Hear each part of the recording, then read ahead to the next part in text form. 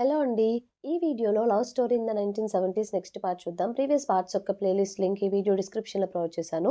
First ఆ videos చూసి ఇది ఫాలో అవ్వండి. లేకపోతే కన్‌ఫ్యూజ్ అయిపోతారు. ఛానెల్‌లో ఇలాంటి వీడియోస్ వస్తూనే ఉంటాయి. సో, తప్పకుండా ఛానెల్‌ని సబ్స్క్రైబ్ చేసుకొని బెల్ ఐకాన్ ఆన్ చేసి పెట్టుకోవడం అస్సలు మర్చిపోకండి.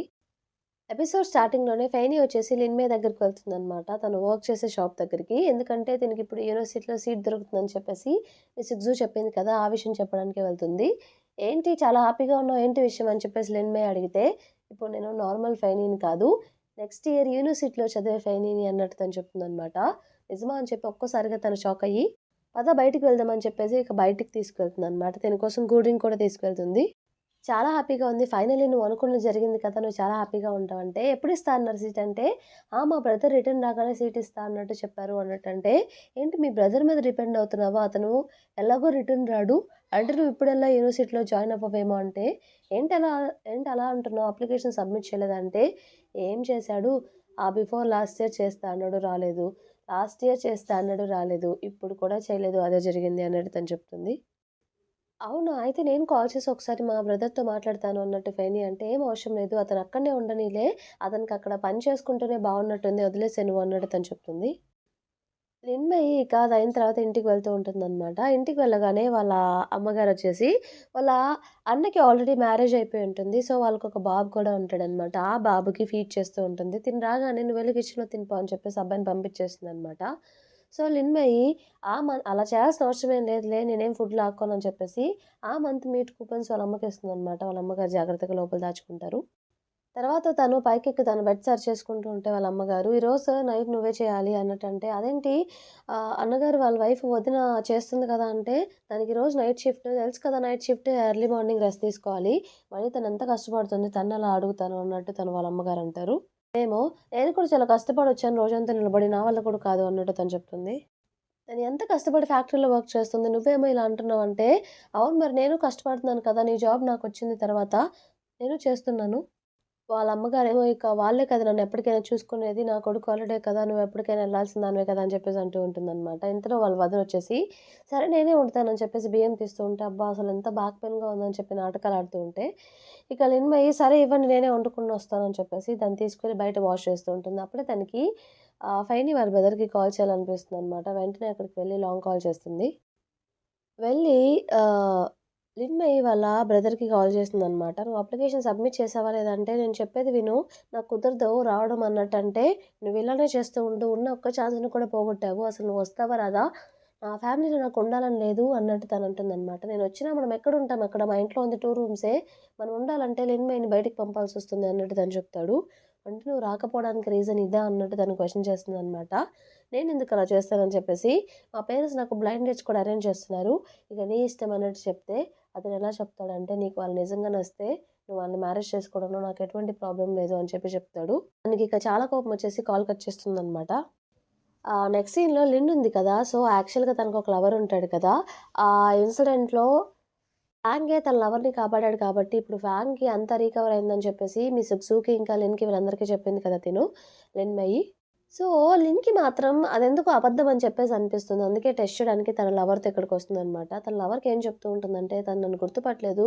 నువ్వు కూడా వెళ్ళు అతని ముందు. నిన్ను కూడా గుర్తుపట్టకపోతే కన్ఫర్మ్‌గా నేను అనుకున్నదే జరుగుతుంది" అన్నట్టు తన లవర్‌ని కావాలని చెప్పి ముందుకు వెళ్ళమని చెప్తుందనమాట. తనేమో అక్కడ ఒక స్టిక్ పట్టుకొని నడుచుకుంటూ కింద పడిపోతాడు. ఇది చూసిన ఫ్యాంగ్ వెంటనే పరిగెత్తుకుంటూ తన దగ్గరికి వెళ్ళిపోయి హెల్ప్ చేస్తాడు. నా కాలు ఒక చెట్టు నా కాలు మీదే పడడం వల్ల ఇంజ్యూరీ అయిందని చెప్పి కావాలని ఆ రోజు నైట్ జరిగిన ఇన్సిడెంట్‌నే చెప్తాడనమాట. ఆ రోజు నైట్ ట్రీ పడింది కాబట్టి. ఓహ్! అవునా అని చెప్పేసి ఏం తెలియనట్టే మాట్లాడతాడు ఫ్యాంగ్. దాంతో ఇక లిన్ ఇంకా తన బాయ్ ఫ్రెండ్ ఇద్దరు కన్ఫర్మ్ చేసుకుంటారనమాట. ఇదంతా నిజమే అయితే. తనకి ఇంకా మెమరీ ఫుల్ గెయిన్ అవ్వలేదని చెప్పేసి వాళ్ళు కన్ఫర్మ్ చేసుకుంటారు. ఇదే విషయాన్ని తను వెంటనే వెళ్లి మిస్ జూతో చెప్తుందనమాట. "నువ్వొక హీరో మీద నిందేస్తున్నావు. కరెక్ట్‌గా తెలుసుకున్నావంటే ప్రూఫ్ కూడా ఉంది నా దగ్గర. అన్నీ కనుక్కున్నాను. హాస్పిటల్‌లో నర్స్‌ని, అలాగే హాస్పిటల్‌లో డాక్టర్‌ని కూడా. వాళ్ళిచ్చిన రిపోర్టే" అని చెప్పేసి మిస్ జూకి చెప్తుందనమాట. మిస్ జూ వెంటనే ఫెయినీని పిలిపిస్తుంది. ఇదంతా తనే చెప్పింది కాబట్టి. ఫెయినీ రాగానే వెంటనే క్వెషన్ చేస్తుంది. "నిజం చెప్పు. అతనికంతా ఫుల్‌గా రికవర్ అయిందా? అంతా గుర్తొచ్చిందా?" అని చెప్పేసి క్వెషన్ చేస్తుంది. గట్టిగా అడుగుతుందనమాట. "నిజం చెప్పు. ఇప్పుడు చెప్తే నువ్వు మంచిగానే ఉంటావు. తర్వాత చెప్తే మాత్రం నేనందరికీ చెప్పేస్తాను" అన్నట్టంటే ఇక తను భయపడిపోయి నిజం చెప్పేస్తుందనమాట. అవును తనింకా ఫుల్‌గా రికవర్ అవ్వలేదని చెప్పేసి, "నువ్విలా ఎలా చేస్తావు?" అని చెప్పేసి మిస్ సుక్సు గట్టిగా అరుస్తుంది. ఇదే ఛాన్స్ అని చెప్పి లిన్ కూడా అరిచేస్తుందనమాట. నువ్వు బ్యాడ్ అవ్వడమే కాకుండా ఆ కామ్రేడ్ని కూడా బ్యాడ్ చేసావా అని చెప్పేసి తను కూడా అరిచేస్తుంది.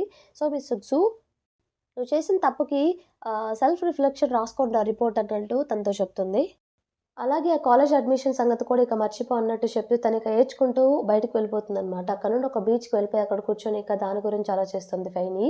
సో, ఈ ఇన్సిడెంట్ అయిన తర్వాత లిన్ కూడా తనతో మాట్లాడుతుందనమాట. ఆ కాన్వర్జేషన్ కూడా తను గుర్తు చేసుకుంటూ ఉంటుంది. లిన్ వచ్చేసి, "అట్‌లీస్ట్ మిస్ సు దీన్ని ఎస్కలేట్ చేయకుండా జస్ట్ నీకు చిన్న పనిష్మెంట్ ఇచ్చి వదిలేశారు. అది సంతోషపడు" అన్నట్టు తను చెప్తుంది.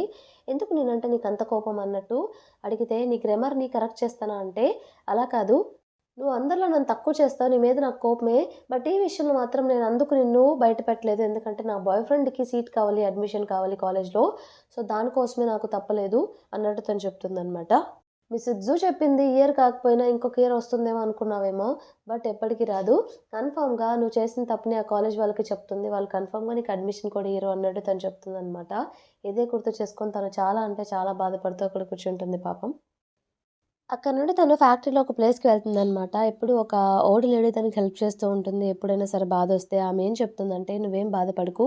ఎవరో నీ కెరియర్ క్లోజ్ చేశారని చెప్పి అది క్లోజ్ అయిపోదు. నీకోసం ఏదో ఒక వే ఓపెన్ అయ్యే ఉంటుందని" చెప్పేసి తను అలా చెప్పడంతో ఫెయినీకి ఒక కొత్త ఆశ పుట్టుకొస్తుంది. నెక్స్ట్ సీన్‌లో మన ఫ్యాంగ్‌నొచ్చేసి రూమ్ నుండి జనరల్ వార్డ్‌కి షిఫ్ట్ చేస్తారనమాట. తను కొంచెం రికవర్ అయ్యారని చెప్పేసి.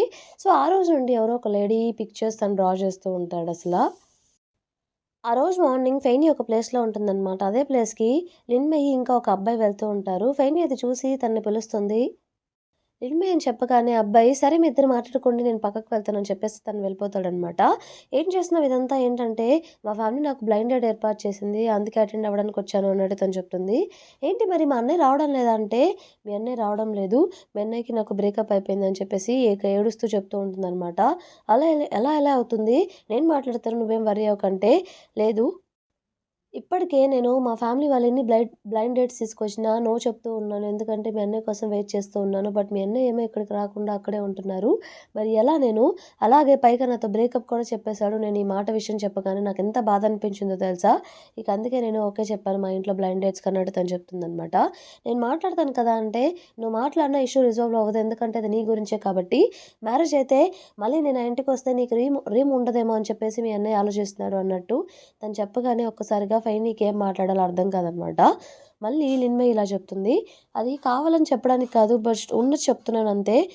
దీనివల్ల నువ్వేం బాధపడకు.